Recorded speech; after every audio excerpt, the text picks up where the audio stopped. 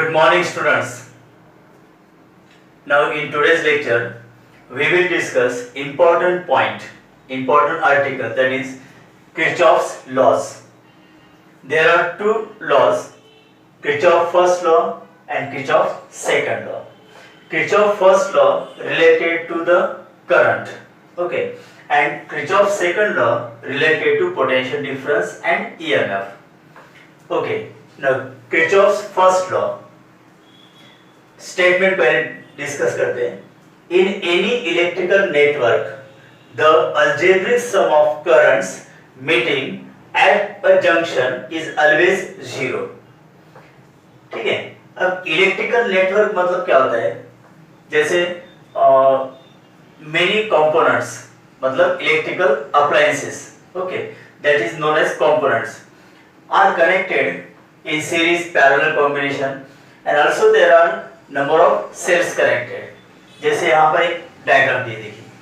There are two cells having EMF E1 E2 and there are 5 resistances मतलब components R1 R2 R3 R4 R5, okay, are connected. Some are series, some are parallel.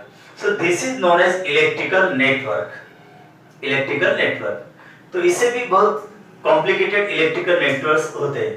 तो उसमें current की value अगर किसी branch पर या किसी component के अक्रॉस, अगर हमें ईएमएफ नहीं किसी कंपोनेंट के across potential difference find out करना है या फिर कंपोनेंट से कितना करंट पास हो रहा है, अगर ये निकालना है, तो ऐसे इलेक्ट्रिकल नेटवर्क में Kirchhoff first law and Kirchhoff second law are very useful.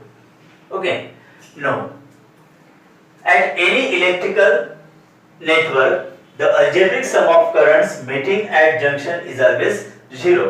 Now consider यहाँ पर एक junction है. This is junction, okay, and these are 5 branches, 1 2 3 4 5. Out of 5, let I1 current, I2 current and I3 current, these 3 currents approaches the junction, and by these 2 branches I4 and I5, these currents are leaving the junction. Okay, these are approaching current, leaving current. At the junction, the current is always zero. इसका मतलब क्या हुआ कि जितना current यहाँ पर junction approaching करेगा उतना ही करंट वहां पर लीव करेगा. मतलब incoming current at the junction and outgoing current at the junction is same. So junction पर करंट एक्यूमुलेट नहीं होता है. Okay. Total incoming current is equal total outgoing current. मतलब एट द जंक्शन करंट कितना होगा? Zero होगा. So this is the meaning of statement. In any electrical network the algebraic sum of currents meeting at junction is always zero. इसको explain करते हैं. Okay. Mathematical statement algebraic sum of currents at the junction is equal to zero. अब यहाँ पर दो sign conventions देखिए. Sign convention बहुत important है यहाँ पर. मतलब अगर अप्रोचिंग करंट है towards the junction, that current is taken as positive. Okay. अगर जंक्शन से इलेक्ट्रिक करंट मूव अवे होती है, the currents living away from the junction are considered as negative. Okay. So incoming current at the junction are positive, outgoing current at the junction are negative. So according to this sign convention देखिए I1, I2, I3 are approaching. Okay, so these are positive currents. I1 plus I2 plus I3. Leaving current कौन कौन से यहाँ पर? I4 and I5. So they are considered as negative. So यहाँ पर हम minus I4 minus I5 इनके addition is equal to 0 according to the statement. Okay. Now I1 plus I2 plus I3, अगर minus I4 minus I5 right side लेकर आते हैं तो positive हो जाएंगे, is equal to I4 plus I5, right? So what is I1 plus I2 plus I3? These are approaching currents. So we can say incoming currents. So total incoming currents is equal to I4 plus I5. मतलब total outgoing currents. Okay, मतलब junction पर current accumulate नहीं होता है. So total incoming current is equal total outgoing current. Right student? तो इसका मतलब Kirchhoff's first law is also known as current law. It is known as current law. Okay, और also known as junction law. Okay, so Kirchhoff's first law is also known as current law and junction law. Now, Kirchhoff's first law is actually the statement of conservation of charges. Why? Because total incoming charges is equal to total outgoing charges. In the context of charge, okay, charge यहाँ पर conserved रहता है. देखिए, suppose यहाँ पर I1 की value है 2 ampere, I2 की वैल्यू है 3 एम्पियर. ओके, I3 की वैल्यू अगर 5 एम्पियर है तो टोटल कितना हो गया यहाँ पर? 2 + 3 + 5 that is 10 ampere. Okay, and let I4 is 4 ampere, I5 is 6 ampere. तो 4 and 6 अगेन 10 एम्पियर. मतलब करंट डिस्ट्रीब्यूट हो रहा है यहाँ पर. इसका मतलब total incoming current and total outgoing current must be same. So total charge remains same. There is no change in the charge. So Kirchhoff's first law is actually the statement of conservation of charge. Right student? यहाँ तक clear? अब यहाँ पर दो figure दिए, मतलब electrical networks. Okay, तो यहाँ पर क्या करना है हमें? I मतलब करंट की वैल्यू निकालनी है दोनों इसमें. देखिए, अब फर्स्ट नेटवर्क कैसे है? 5 ampere current and 3 ampere current. At this junction, both currents are approaching. Okay, तो यहाँ पर इस जंक्शन पर उन दोनों की एडिशन होगी. 5 + 3 8. तो यहाँ पर 8 एम्पियर फ्लो होगा. Okay, now at this junction देखिए, again there is 1 ampere approaching current. तो इस 8 एम्पियर के साथ 1 एम्पियर ऐड हो जाएगा. Now total flowing in this direction is 9 ampere. Correct? अब at this junction 9 ampere current now split up. 3 ampere current goes in this branch. Okay, so what is the remaining current? 9 minus 3, that is 6 ampere. तो यहाँ पर 6 ampere current होगा passing through this branch. Okay, अब second network देखिए. At this junction, okay, यहाँ से start कर, because यहाँ पर हमें current की वैल्यू निकालनी. तो यहाँ से start करते हैं. 20 एम्पियर करंट अप्रोचिंग. ओके, अब eight this junction 15 ampere current इस ब्रांच पर डिस्ट्रीब्यूट हो गया. मतलब रिमेनिंग कितना होगा? 5 एम्पियर यहां से पास होगा ऐसा. Okay, then at this junction 3 ampere current approaching. तो यहां पर 5 एम्पियर और ये 3 एम्पियर, टोटल अब कितना हो गया? 8 एम्पियर. ओके, यहां तक 8 एम्पियर इस branch.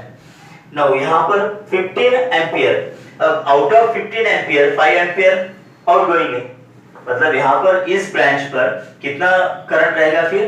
10 ampere, because 15 ampere 5 ampere इधर चला गया तो 10 एम्पियर रिमेनिंग होगा. नाउ एट दिस जंक्शन देखिए, इधर से 8 एम्पियर और इधर से 10 एम्पियर करंट दोनों अप्रोचिंग है. ओके, मतलब एडिशन होगी. 10 + 8 दैट इज 18 एम्पियर. इतना करंट इस ब्रांच से पास होगा. ओके, तो इस तरह से बेसिक लेवल पर कुछ एमसीक्यूज आ सकते हैं on the basis of Kirchhoff's first law. Right? Now second law importance है. Kirchhoff's second law, it is very important. और जो डिफरेंट कॉम्प्लिकेटेड जैसे इस तरह के कुछ इलेक्ट्रिकल नेटवर्क होंगे या फिर इससे भी कॉम्प्लिकेटेड इलेक्ट्रिकल नेटवर्क होंगे, तो उसमें हम रेजिस्टेंस की वैल्यू निकाल सकते हैं या फिर EMF of the cell या current passing through any branches निकाल सकते हैं. इसलिए Kirchhoff's second law is very important article. Okay, अब देखिए इसका स्टेटमेंट पहले. The algebraic sum of all potential drops, मतलब potential difference, okay, and EMFs along any closed path in a network is 0. इसका मैथमेटिकल स्टेटमेंट क्या होता है? Algebraic sum of, okay, summation और पोटेंशियल ड्रॉप्स मतलब potential difference denoted by V, and EMFs summation of E. Okay, any closed path in a network is equal to 0, so it is equal to 0. मतलब summation algebraic sum of all potential difference. अब देखिए इस diagram में R1, R2, R3, R4, R5 these are resistances, मतलब ये components होंगे. कहीं पर हीटर होगा, सपोज यहाँ पर इलेक्ट्रिकल बल्ब है, यहाँ पर इलेक्ट्रिकल आयरन है.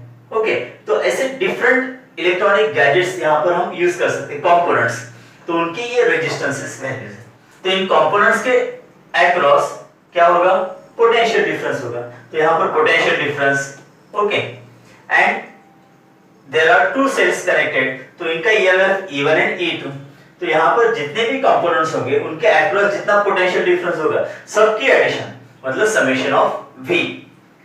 The algebraic sum of all the potential drops मतलब potential difference across each electronic components. Okay, and EMFs along any closed path. Okay, अगर यहाँ से हम क्लोज पाथ कंसीडर कर देते, इस क्लोज पाथ में या इलेक्ट्रिकल नेटवर्क में टू सेल्स कनेक्टेड है, तो उनके EMF के एडिशन मतलब E1 प्लस E2, तो समेशन ऑफ E. तो किसी भी इलेक्ट्रिकल नेटवर्क, ओके, इसमें क्लोज्ड पाथ जब हम कंसीडर करते हैं तो ऑल इलेक्ट्रिक EMF सेल का EMF उनके एडिशन और जितने भी कंपोनेंट्स होंगे उनके अक्रॉस जितना भी पोटेंशियल डिफरेंस होगा उन सब के एडिशन, इन दोनों की एडिशन हमेशा कितनी होती है, over the closed path always equal to 0. देखिए स्टेटमेंट फिर से एक बार, the algebraic sum of all potential drops and EMFs along any closed path in a network मतलब electrical network is always equal to 0. So summation V plus summation E is equal to 0. Now according to Ohm's law, summation V को हम क्या लिख सकते हैं, IR, because potential difference is equal to, according to Ohm's law, IR V is equal to IR plus summation E is equal to 0. This is the mathematical statement. Okay, तो इसमें हम IR मतलब potential, EMF is nothing but potential across any cell. So this Kirchhoff's second law is also known as potential law. Okay, or also known as loop theorem. Loop का मतलब क्या होता है, close electrical circuit या electrical network. मतलब इस diagram में summation of IR plus summation of EMF is always equal to 0 होता है.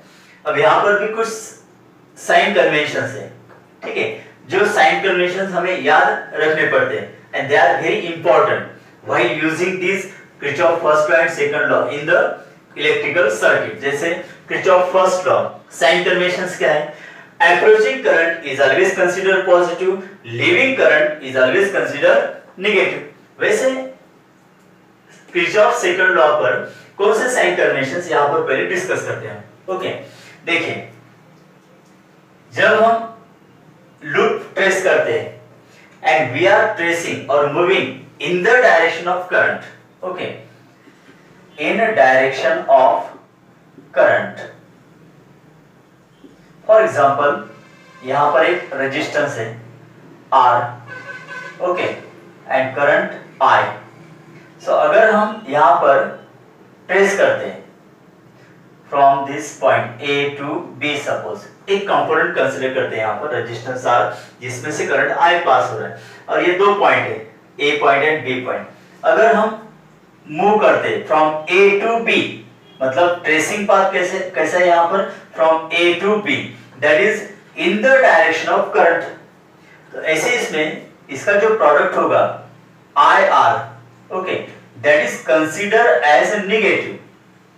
नेगेटिव कंसीडर करना है मतलब when we are tracing any path and we are moving in the direction of current. जैसे देखिए ट्रेसिंग पाथ और current की direction दोनों सेम है.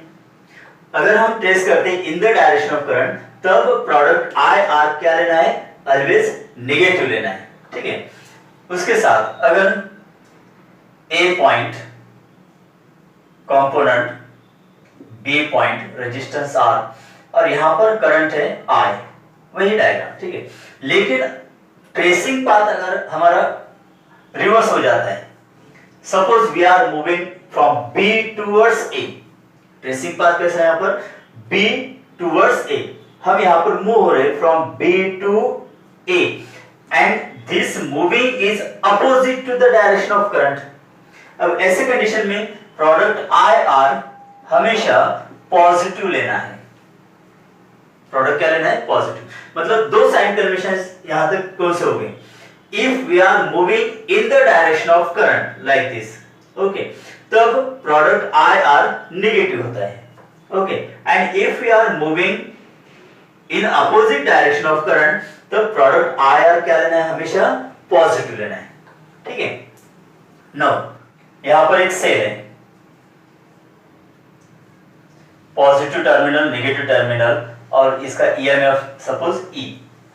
सपोज वी आर मूविंग, देखिए we are moving from positive terminal to negative terminal of cell, तब इसका EMF क्या लेना है? नेगेटिव लेना है, बिकॉज हम नेगेटिव इलेक्ट्रोड के तरफ जा रहे हैं, है ना। अगर हम मूविंग करते हैं फ्रॉम पॉजिटिव टू नेगेटिव, ये direction positive to negative terminal की तरफ जाते हैं, तो यहाँ पर EMF ऑफ सेल हमेशा नेगेटिव लेना है, या फिर उसके अपोजिट।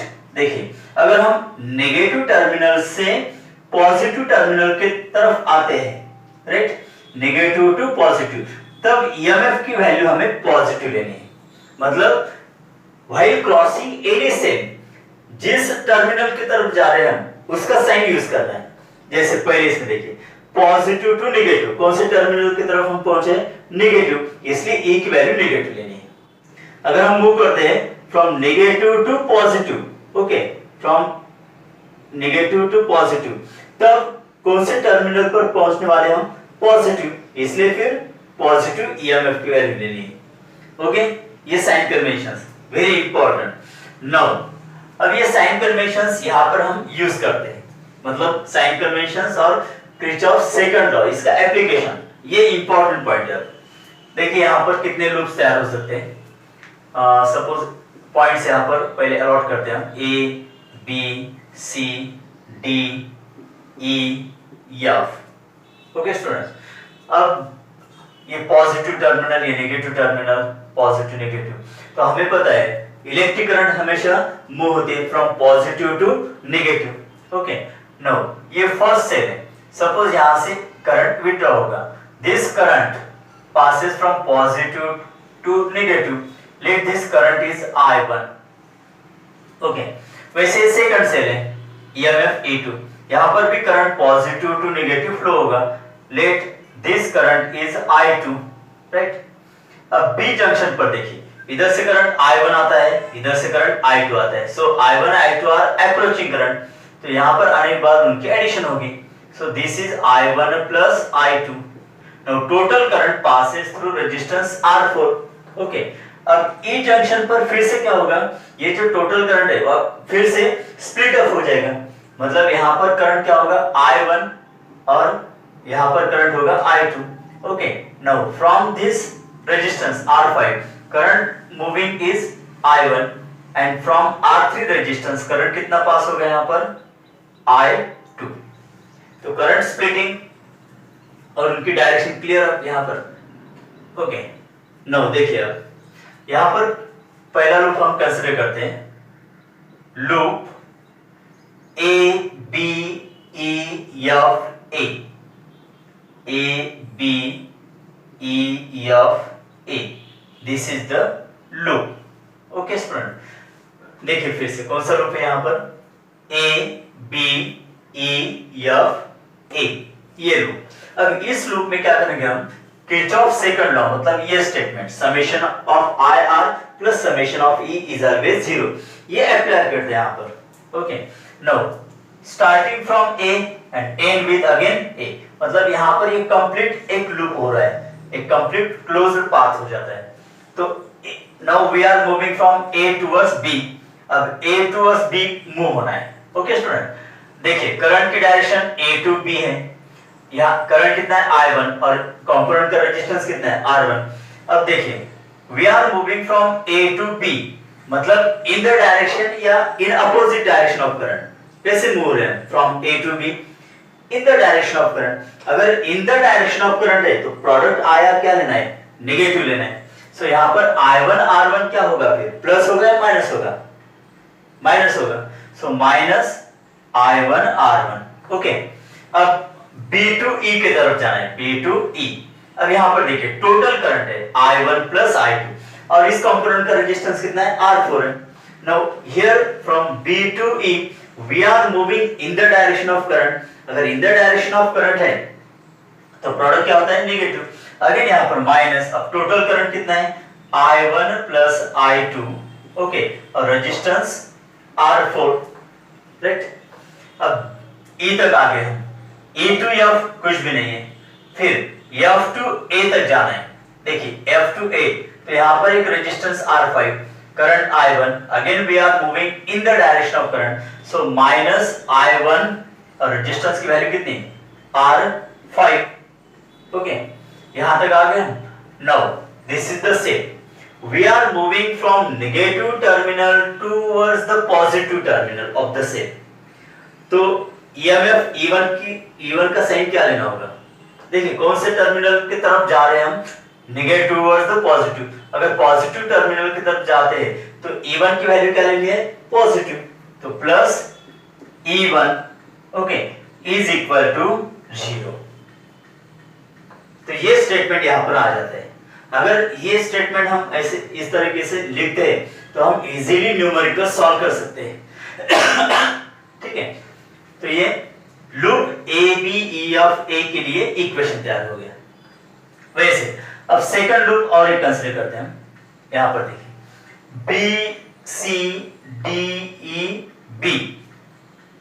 BCDEB ये loop, and this is the direction of tracing. देखिए क्लोज पाथ कौन सा है, starting from B, C, D, E, B, ये क्लोज लूप, इसके अंदर हमें ये सेकंड लॉ अप्लाई करना है।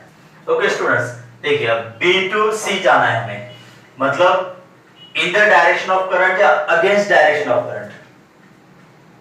देखिए B टू C की तरफ जाना है हमें, और करंट की डायरेक्शन अपोजिट है, C टू B है करंट की डायरेक्शन। इसका मतलब we are moving from B to C लेकिन against the direction of current. अगर against the direction of current है तो IR का प्रोडक्ट क्या लेना होगा, पॉजिटिव, मतलब यहाँ पर करंट I2 और रेजिस्टेंस R2 है, तो I2 R2 ये पॉजिटिव होगा।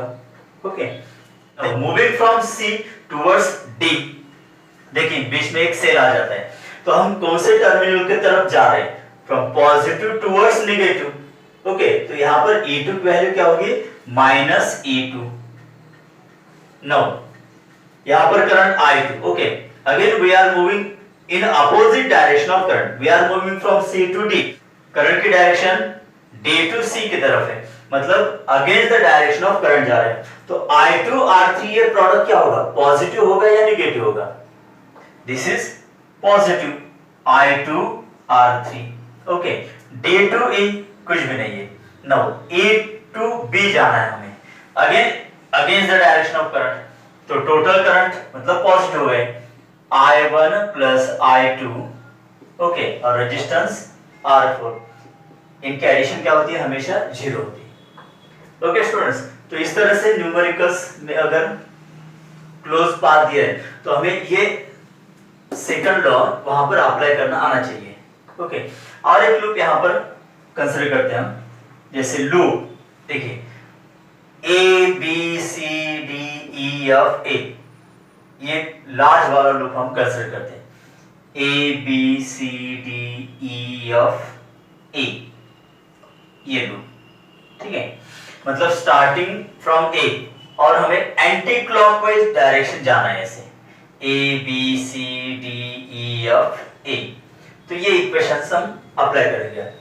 Okay, loop ABCDEFA, okay ABCDEFA, इस लूप पर हम किरचॉफ सेकंड लॉ अप्लाई करते हैं। देखिए फ्रॉम A टू B, मतलब in the direction of current, तो माइनस I1 R1। देखिए in the direction of current product minus लेना है IR, okay, and against the direction of current अगर हम मूव होते तो प्रोडक्ट IR हमेशा पॉजिटिव लेना है। Now from B to C देखिए इन द डायरेक्शन है या अगेंस्ट डायरेक्शन है करंट, अगेंस्ट है मतलब positive, current I2 resistance I2, so I2 R2, right. अब यहाँ पर एक सेल आ जाता है E2, हम नेगेटिव टर्मिनल की तरफ जा रहे हैं फ्रॉम पॉजिटिव, ओके ये डायरेक्शन, तो नेगेटिव टर्मिनल मतलब -E2। नो यहाँ पर देखिए in the direction of current या अगेंस्ट डायरेक्शन ऑफ करंट है, अगेंस्ट है मतलब प्रोडक्ट पॉजिटिव है I2R3, राइट। अब D2E और E2F कुछ भी नहीं है, नाउ F टुवर्ड्स A जाना है हमें। देखिए I1 की direction, so we are moving in the direction of current, in the direction of current product minus होता है I1R5, ओके। और यहाँ पर हम पॉजिटिव टर्मिनल की तरफ जाते हैं, मतलब EMF की वैल्यू क्या लेनी है, positive, plus E1 is equal to 0, okay. So this is the large loop. इसका मतलब ये equation 1 and this is equation number 2, अगर इन दोनों की एडिशन करते हैं हम, ओके, तो ये लार्ज लूप के लिए इक्वेशन तैयार होगा। देखिए इनकी एडिशन क्या होती है, -I1R1 plus I2R2 minus R1 minus I1R1 plus I2R2, okay. Then minus I1 plus I2R4 और यहाँ पर प्लस I1 प्लस I2R4, तो ये माइनस प्लस कैंसिल हो जाएगा, okay. Minus I1R5 minus I1R5, यहाँ पर plus I2R3 plus I2R3, okay. और ये E1 यहाँ पर E1, मतलब इन दोनों के एडिशन, ये थर्ड इक्वेशन आ गया। यहाँ पर ये पॉइंट इंपॉर्टेंट है कि आपको, तो यहाँ पर summation IR plus summation E is equal to 0, इस लॉजिक को आपको किसी भी इलेक्ट्रिकल नेटवर्क पर अप्लाई करना आना चाहिए। तो ये 3 लूप है, ओके, इसको समझ लीजिए पहले कैसे इक्वेशंस हमने अप्लाई किए, ओके स्टूडेंट्स।